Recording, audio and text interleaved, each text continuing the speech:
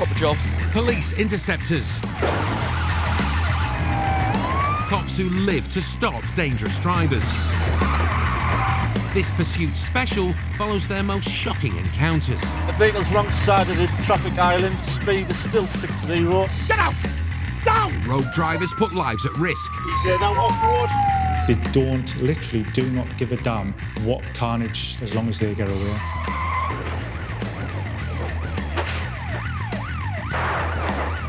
She's running the unmarked car now. We are approximately 10 miles behind, so we're going to make some ground. Interceptors drive some of the most powerful cars. It's following the path that goes all the way up. And use the smartest tactics and specialist kit to bring down some of the country's most serious criminals.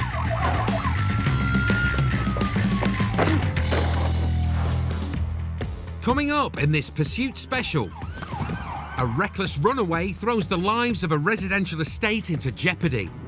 What was going through his head and why put all those people, including himself, at risk? Wrong side of the roundabout. High risk. Dangerous and on the run, suspected armed robbers tank it the wrong way up a dual carriageway. And a suspected car thief makes a potentially deadly turn. He put himself in danger, put us in danger, he put people on the roads in danger.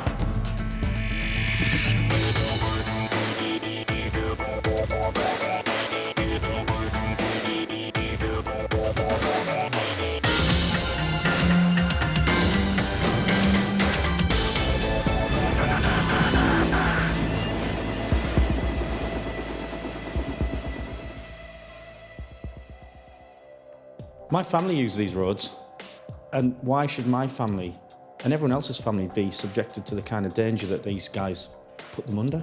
In any pursuit, everybody is at risk. Members of the public who are around, ourselves, and also the people who run away.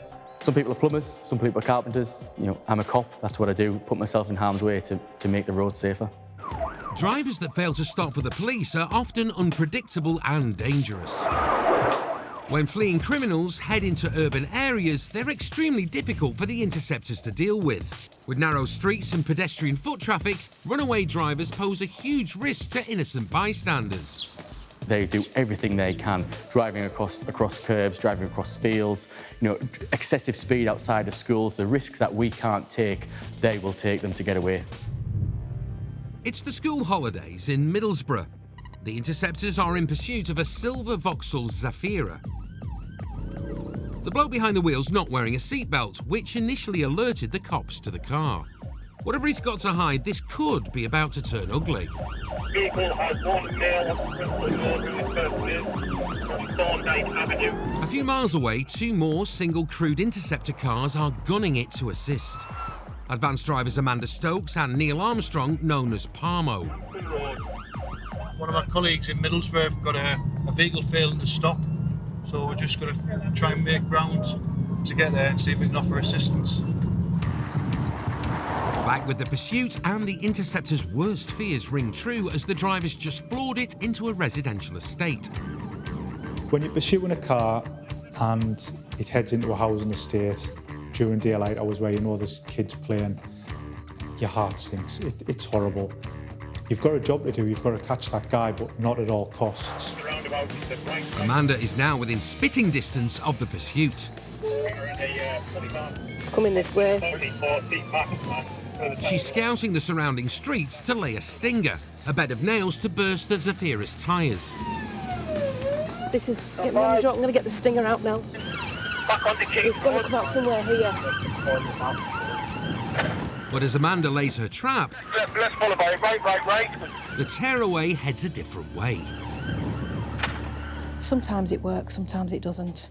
It's really good when it does work and really frustrating when it doesn't. A few miles away, Parmo is fast approaching. The road conditions are quite good. Certainly there'll be not many vehicles on the road, but potentially there could be kids out playing. The interceptor is spot on. A few seconds earlier and the driver could have wiped out the lad on a push bike. He's gone left, off-road along his footpath. Off-road, he's now recklessly flooring it inches from front gardens. Sometimes it never ceases to amaze me, the actions of some of these drivers. They seem to have an overinflated sense of their own capabilities. They think that they're better drivers than sometimes they are, so quite a lot of the time a pursuit will be brought to a close because the vehicle's crashed, because they've got it wrong. The driver's manoeuvres are getting more deadly by the second. The interceptors are none the wiser as to why the driver's risking life and limb to get away. He's gone off-road again, back around the barrier. As he dangerously floors it into a public park. The interceptor's best chance of getting it stopped is to block the bandit off using their cars. But as more interceptors flood the area, the driver speeds into oncoming traffic at almost twice the limit. Mangrove up to the side, speed 60. Now back to the As Parmo joins the pursuit, he bravely positions his car to block the runaway's path. Approaching round about this one road, it's the left. This is the view through his window. Top of the Martin Burn Road. There's this one coming now.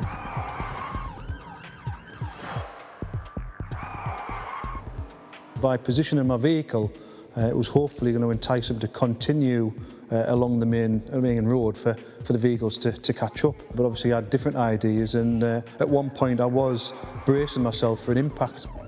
Can we get you to Scotland Avenue, please? The driver's now circling the estate.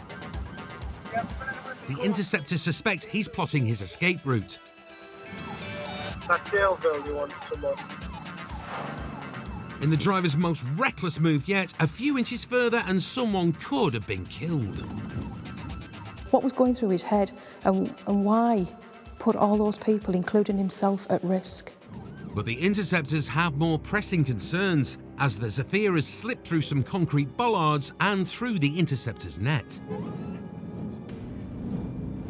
Still to come on this pursuit special. He came this way as we came past. Interceptors flood the estate to stop the runaway before someone gets hurt.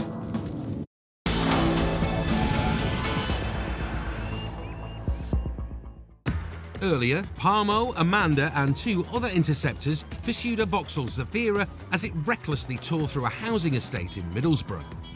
There's enough units that's following it. Quite literally risking life and limb. The cops have no idea why the driver's running, but he slipped through a set of concrete bollards and disappeared out of sight. It is a little bit of a pride thing, isn't it? You don't want them to get away. You do want to get that vehicle stopped, and you want to get the driver apprehended. That's your ultimate goal at the end of the day. And sometimes for that not to happen, it is incredibly frustrating. However, their frustrations are short-lived as one of the interceptors has caught up with the Zafira. And as he runs out of road, the driver once again goes up the pavement.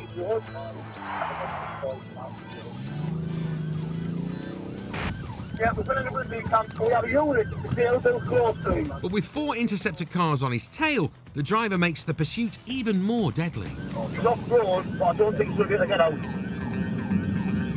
It's an unbelievable move. With no regard for safety, the driver is squeezing through a narrow pedestrian pathway. He's got abandoned Daleville. He's gone that way. He came this way as we came past. Off camera, the driver dumps the Zafira and legs it.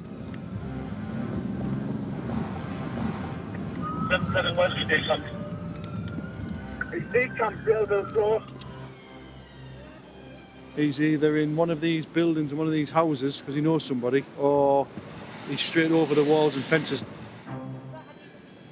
Whilst Parmo is searching, other officers have entered a house and found who they suspect is the driver hiding in a pantry.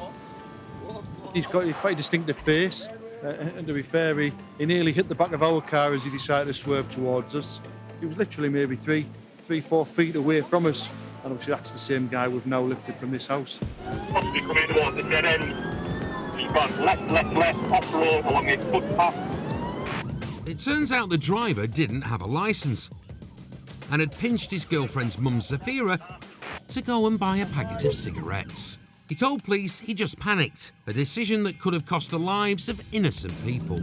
If I sat in the cold light of day across the table from one of these guys, we'd all have the same opening question, which is, what caused you to end up in that extreme situation where that was your best option? And to maybe replay the video back to them and point out, look what you did there, look at that lady with the pram, look at what you did there, man walking a dog. Maybe they don't get that. Maybe they're just so driven on getting away from the police that they're blinded to these risks and threats that are happening. Thanks to the interceptors, this reckless driver was stopped before someone got hurt. He later admitted aggravated vehicle taking and driving without a licence or insurance, landing him 14 months in prison and a 31-month driving ban.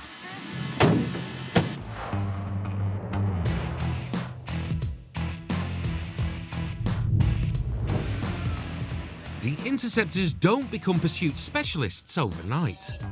4-0, hard shoulder, hard shoulder. It takes drive, dedication, and hundreds of hours intense training. Manoeuvres like tactical pursuit and containment, or TPAC, make a runaway's escape almost impossible. Police cars sandwich in the target car whilst it's still moving. Move out, move out, move out. But as PC Paul Jackson knows from experience, when doing it for real, it's not for the faint-hearted. Yeah. As soon as the pursuit kicks off, you get that adrenaline surge, and yes, it is exciting, but you've just got to pull yourself round and put your professional head on, and you're trying to get it concluded as quickly and as safely as possible. It's a manoeuvre every interceptor works hard to master, and one most crooks on the road dread, because it's so hard to escape. Take your seatbelt off. Take your seatbelt off now. With every TPAC incident, there's always an element of risk. Always an element of risk. Officers in Yorkshire are in pursuit of a Vauxhall Insignia that's been clocked doing over 120 miles per hour and are about to attempt a TPAC manoeuvre.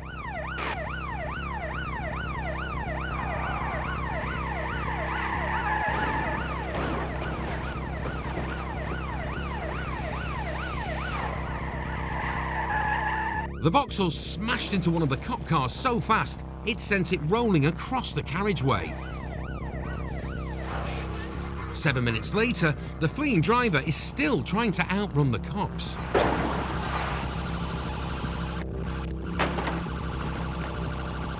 Unbelievably, the reckless driver had his girlfriend in the passenger seat and was later sentenced to 3.5 years in prison. Fortunately, the 2 police officers involved made a full recovery.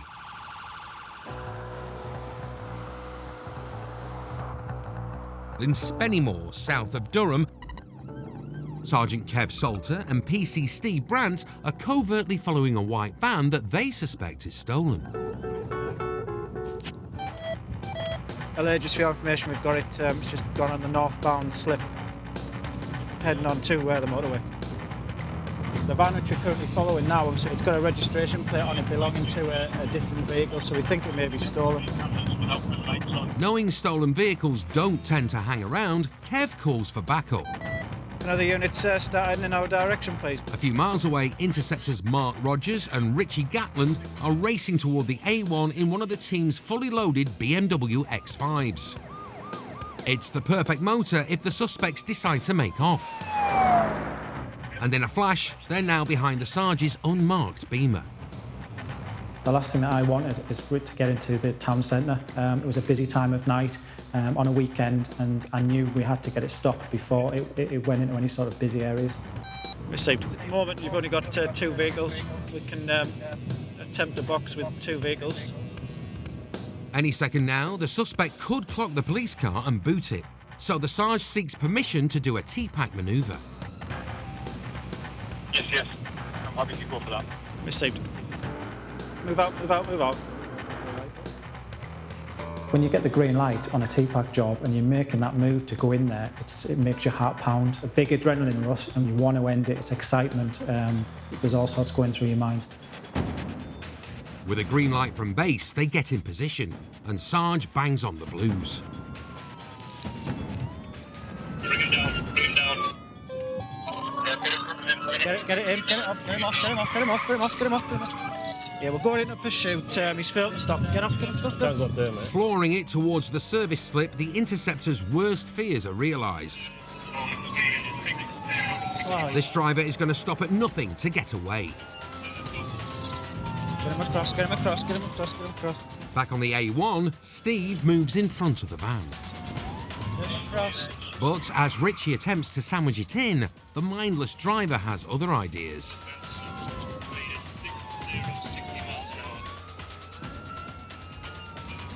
Suspects that want to get away from us will literally do anything. They'll go down carriageways the wrong way, go across red lights, go across roundabouts the wrong way. The danger that they pose are immense. Hold on. See if you can bring it down. Took it inside. Took it inside. Just keep bringing it down.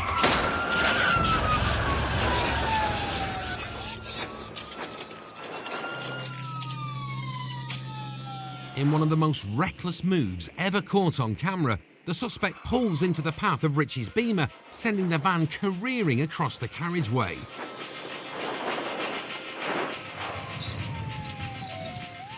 At the moment that van collided with the police vehicles, that moment I thought, I was the supervisor on the ground that day, and if anybody got hurt then, it would have rested on me. I naturally didn't want them people to be hurt. I wanted to catch them, I wanted to arrest them, I didn't want them to get hurt. Get out of the car, out of the ground! Get out! Yeah, we're trying to drag him out, the vehicle's crashed. Get out.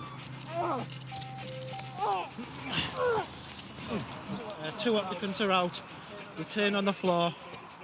However, there's no injuries. Remarkably, apart from a few cuts and scrapes, the suspects have survived unscathed. I'm a little bit shaken, but I feel good. It's nice that we've got two people and there's no injuries to anybody. Obviously, the vehicle's trying to force its way out. That's the last thing that we want, because we don't want to get into a full pursuit scenario whereby this guy goes off the motorway and knocks somebody over. So that's why we were pretty forceful in putting that box on to stop that vehicle from getting out. And a little bit of damage to two patrol cars, but that's the nature of the job. Whilst no action was taken against the passenger, the driver was convicted of aggravated vehicle taking and driving whilst disqualified. It was also a stolen vehicle and was fitted with false number plates. But the fella driving tonight was not responsible for any of these offences. Had he just pulled over, then he would have been looking at half the things that he got actually charged with. He put himself in danger, put us in danger, he put people on the roads in danger. When the Interceptors pursue vehicles in numbers, they rarely walk away empty-handed. But the nature of police work means the cops often find themselves pursuing suspects on their own, something which throws up a host of challenges. It is difficult being single crewed sometimes because it is a massive judgment call whether you act there and then or whether we give the bad guy that little bit of advantage while we get our house in order to come and get the vehicle stopped. So it's all about that balance of risk. It's early morning in Stockton-on-Tees, and Paul Faulkner is patrolling alone in one of the team's 3 Series BMWs. The roads are all but deserted. However, a silver Ford Focus up ahead has caught Paul's eagle eye. He's called in a check on the vehicle. Just driving randomly round streets, to be fair. He was coming really quickly along Harrogate Lane, that's why I pulled over and let him by, just so I could have a look. But it's only insured to a lass, but it looks like a lad driving. Going past Paul might prove a big mistake, as the Focus is coming back as being insured to a female driver and has no MOT. Which means what it has got is Paul's undivided attention. He decides to pull it.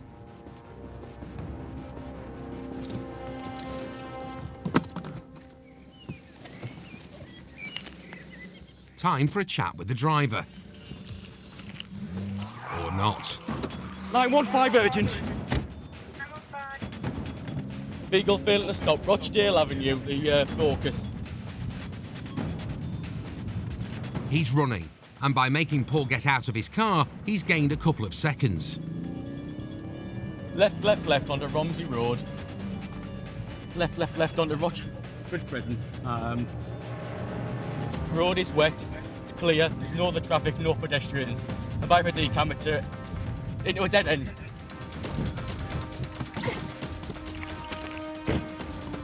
One on foot back towards Retford. White male, black t-shirt, grey bottoms.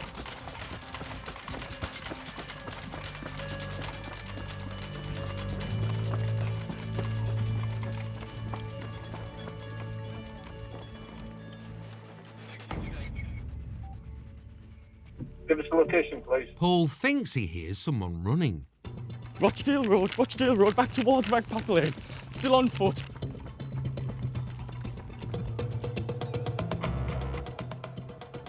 White male, slim build, dark t-shirt, grey bottoms. I've lost him in the gardens, somewhere between Rochdale and Romsey Road.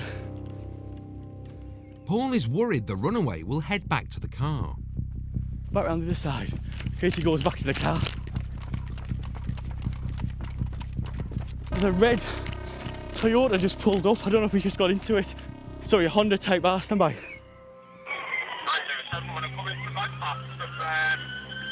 But as the Honda comes by, there's no sign.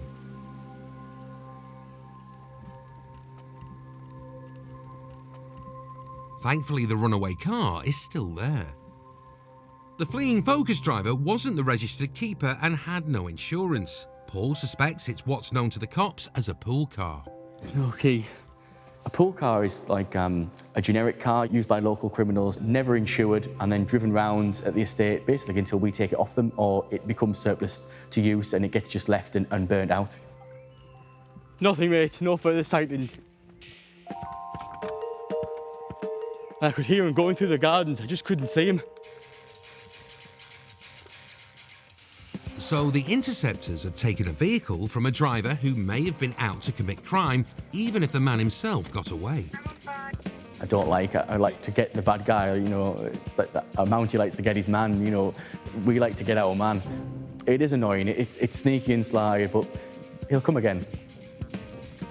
It turns out the lady who was insured to drive the car had in fact sold it a few days earlier. Unsurprisingly, no one came forward to collect the Ford Focus, and it was later destroyed. Still to come on this Pursuit special. We've got authority for T-Pack tactics if we can get units in the area. The boozer is the loser as this drink driver gets surrounded. Yeah, 991 what's the last location? Interceptors go up against the hardest crooks on the road, suspected armed robbers. They're going to crash and bash to get away. And a monster truck means a monstrous problem for the law. The vehicle just tried to mount the pavement towards the officer. Vehicle's manner of driving is still very dangerous.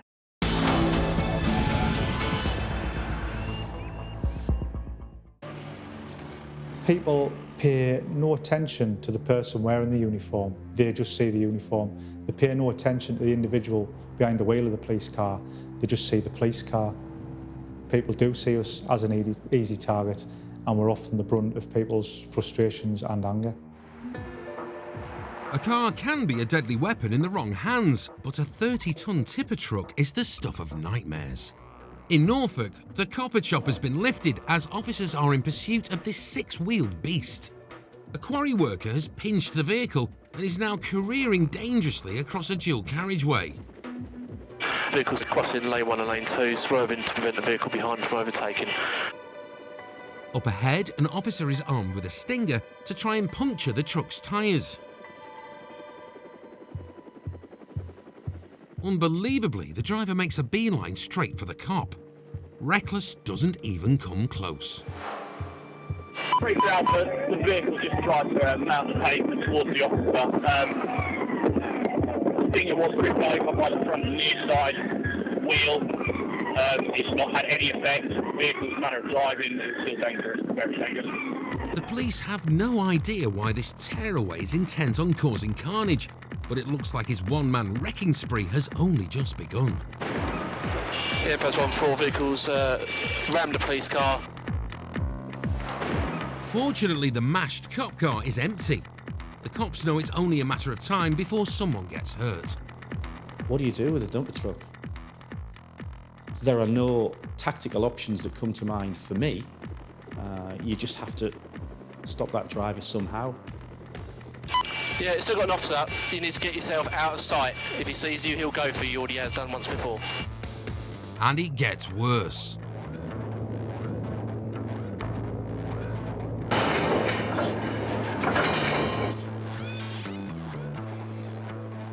Vehicle now being rammed, being pushed back. Thankfully, the cops had abandoned this car. I'd be petrified if somebody in a dumper truck, a 20-ton dumper truck, rammed me. I've been rammed on countless occasions, but not by something as big as that. He's now gone round it. You've got to be thinking game over if something like that's coming at you. You know, you could be killed. On the move. It's rammed the police vehicle out of the way. The runaway tipper's now been going for 2 hours, clocking up 37 miles. And to the horror of the police, he's just entered the market town of Brandon in Suffolk. But it looks like a tearaway tipper driver's had enough, and there's a huge sigh of relief as he dumps the vehicle and is quickly cuffed. It turned out the bloke had been on an amphetamine binge and took the tipper in a fit of rage because the air conditioning in the truck was too hot. After causing £50,000 of damage, he was sentenced to 14 months in prison and banned from driving for 2 years.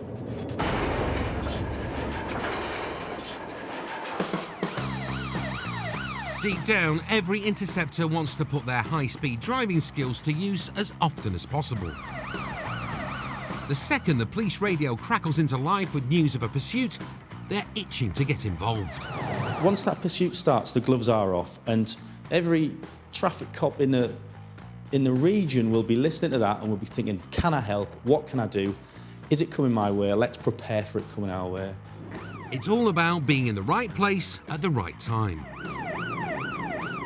It's just gone 1 a.m. PC Andy Lawson has just got details of a high-speed pursuit, a runaway Peugeot driven by a suspected drunk driver. One of the traffic cars is pursuing another car on the A19 North at 110 mile an hour. The drivers had several life-threatening near misses and touched 125 miles per hour. The trouble is, it's all happening on the road Andy pulled off 15 minutes ago. And it's just where we've come from, which is a bit unfortunate. We are approximately 10 mile behind, so we're going to make some ground to try and catch up. Andy floors the Beamer. 10 miles ahead, an interceptor is glued to the rear bumper of the runaway Peugeot. We're some of the best trained drivers in the country, so once the interceptors are behind them, the chance of them getting away is very, very slim indeed. It's like James Bond without the women. And another budding 007 has joined in the pursuit. We've now got 2 cars behind it. We've got authority for TPAC tactics if we can get units in the area. Andy's foot is hard on the throttle. TPAC usually calls for 3 cars. He wants to be one of them. Gone are the days of chasing a car with a load of police cars in a row until it crashes. So the first thing you're doing is you're on the radio, letting your comms know and letting your crewmates know, I'm chasing this car, this is where I'm at, I think this is where he's going. And you're trying to put your pawns in the right place effectively. If this really is chess on wheels, then Andy's got tough competition to be on the board.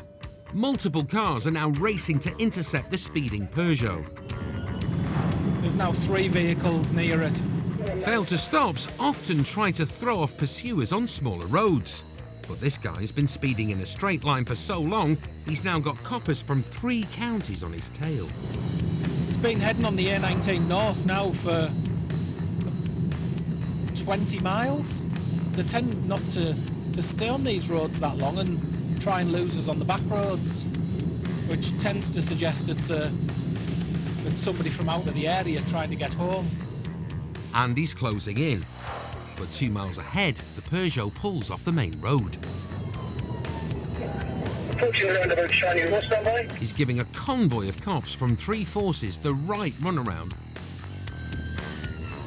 Not one, not one. Not two, not two. Not three, not three. The dizzying double lap of Chester Road roundabout is the best clue yet that this guy may have been on the bottle. 40 roundabout over again. And again, not one for the puncture. Not two, not two. Not three, not three. Taking the fourth. After his fruitless spin on the roundabout, he enters an estate. To Shiny Wall Shopping Centre.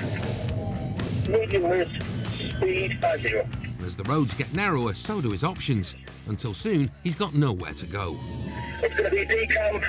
It's a slow standby.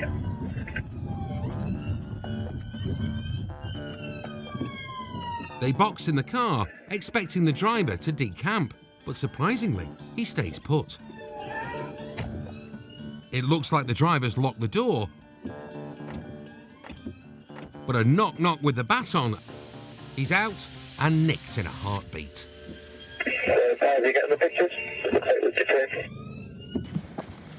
Just in time for Andy to arrive and watch him get locked in the back of a van. He's been breathalyzed and he's blown 90, hence the reason why he didn't want to stop. This one chap who thinks it's safe to drink drive and then drive on the motorways and the dual carriageways at upwards of 115 mile an hour. Luckily, this has ended safely with no one killed or injured. It could so easily have gone wrong, especially when you provide a sample of 90. The driver of Andy's elusive Peugeot was found guilty of drink driving, dangerous driving and failing to stop. He received a 12-month suspended prison sentence, 120 hours unpaid work and a 4-month curfew.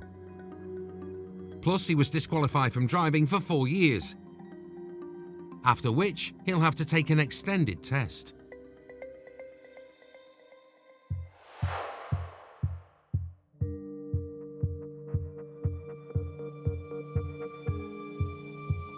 Any armed person on a road would be the most difficult and dangerous person to deal with.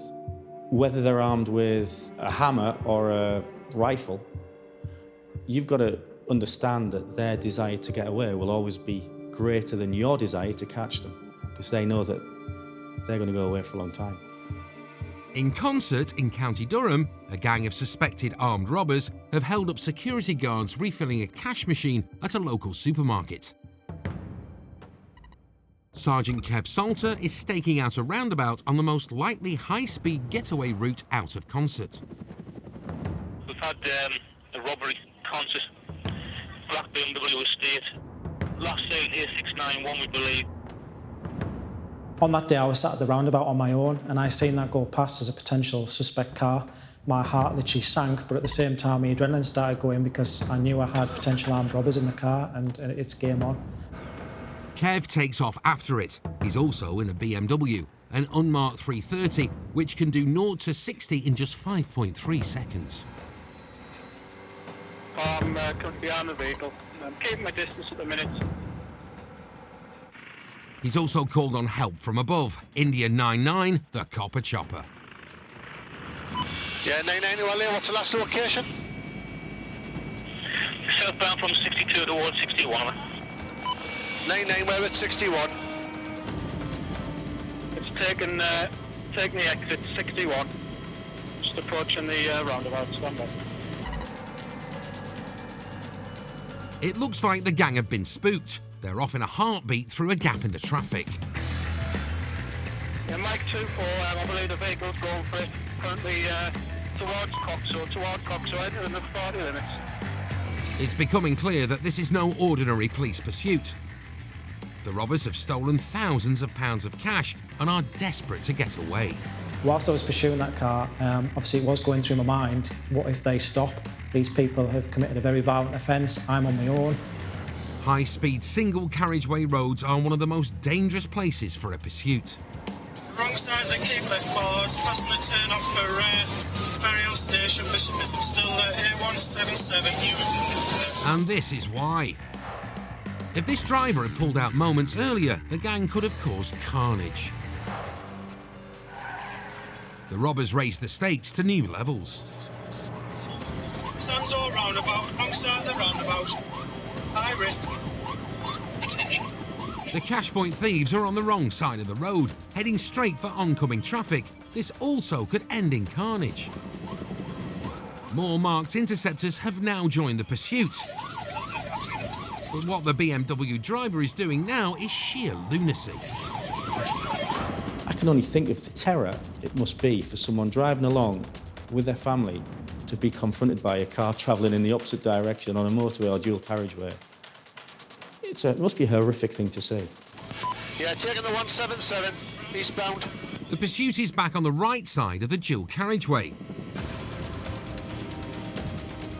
With the help of an unaware truck, the interceptors storm into position to box the car in.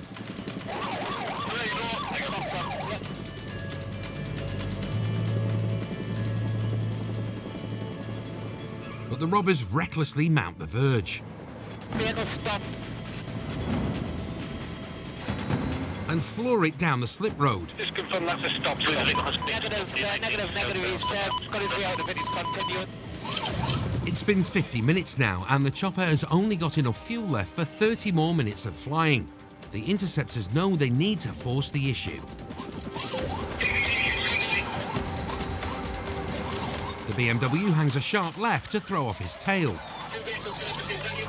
sending these kids running for their lives. He thinks he can get away down here.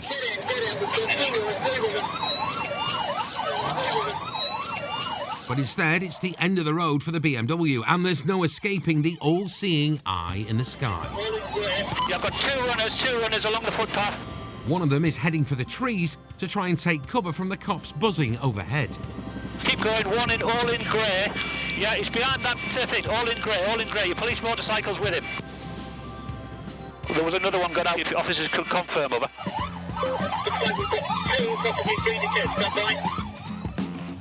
Finally, after nearly 100 miles and travelling over 3 counties, the interceptors have the suspected armed robbers in cuffs. The gang had travelled up from Leeds to carry out the job. They stole £115,000 and the BMW. 3 of them were sentenced to 9 years in prison. The other one, who was only 18 at the time, was sentenced to 6 years in a young offenders institution. This is a day the interceptors won't forget. That day I went home with a big smile on my face, knowing that we'd taken those criminals off the streets. When you stop and you come back and you think, wow, what have I just done? You know, what have I just been involved in? The just amazing, but also sobering as well. 7 of the officers received commendations for their bravery and pursuit management that brought this to a safe ending. Still to come on this pursuit special, a runaway driver nearly steals one officer's life, and the interceptors go at maximum speeds to get behind a major league heroin dealer. To say that a car was coming into the area, potentially with a lot of drugs on board.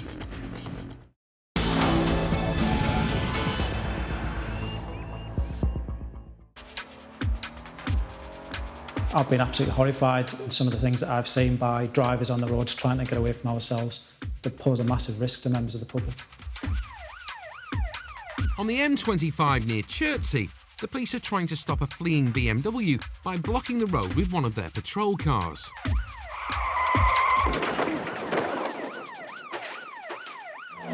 You've got to pick yourself up. You get plenty of knocks in this job, but you can't just curl up in a ball and give up. You're the cops. There's nobody else. We cannot call anybody else. It's us.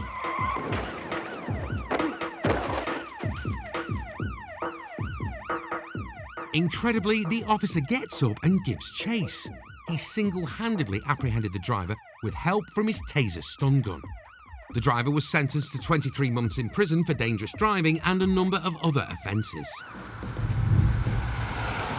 The interceptors are amongst the most highly trained pursuit drivers in the country.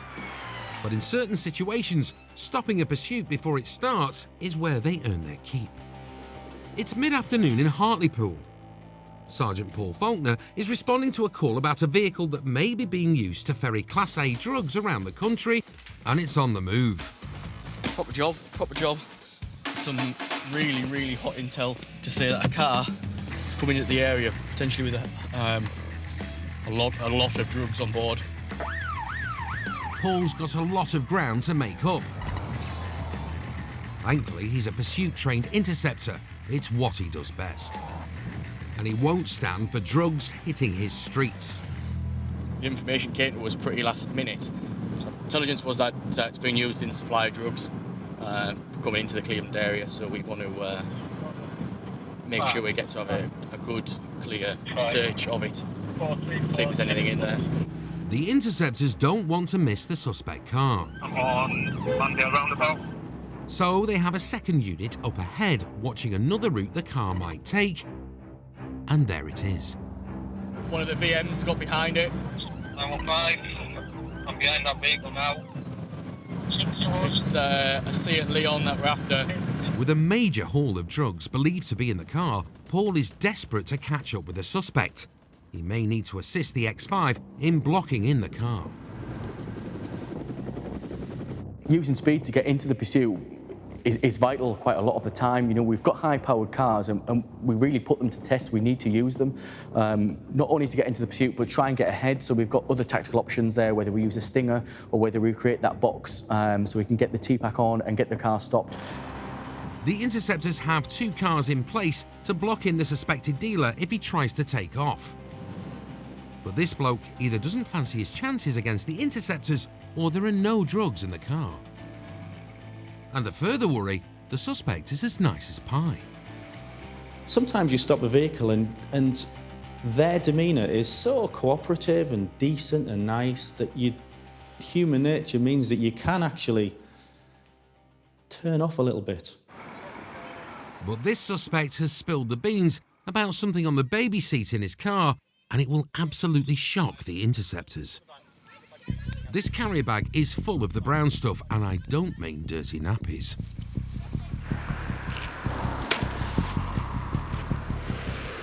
The team have hit the jackpot, a haul of heroin worth over £100,000. That informed you that you were detained under Section 23 of the Misuse of Drugs Act 1971 in the court. Absolutely steaming result, great one for the department. Cracking result to have that type of drugs off the streets of Middlesbrough and off Teesside, full stop. A search of the driver's address revealed a further 6 kilograms of heroin with a street value of a staggering £1.4 million. For this man, it led to a 6-year prison sentence for supplying Class A drugs and for possession with intent to supply. You take out a drug dealer and you have massive effects, ripples that go out in that communities. People commit crime to purely and utterly fund the drugs habit. And by us taking out one drug dealer, we'll stop the burglaries, the thefts, the robberies that happen. Without a drug dealer, they can't buy the drugs. There are 1,000 reasons why people run from the law, but only one unit that are the best on the road at getting them stopped. Every man in the world, I think, likes to drive cars in exciting situations, and by that I mean in pursuits or in blue light responses. 915 urgent. Vehicle failing to stop, Rochdale Avenue. The job I do, it's going at our bad guys, going after our criminals. What's not to look forward to about that? It's great.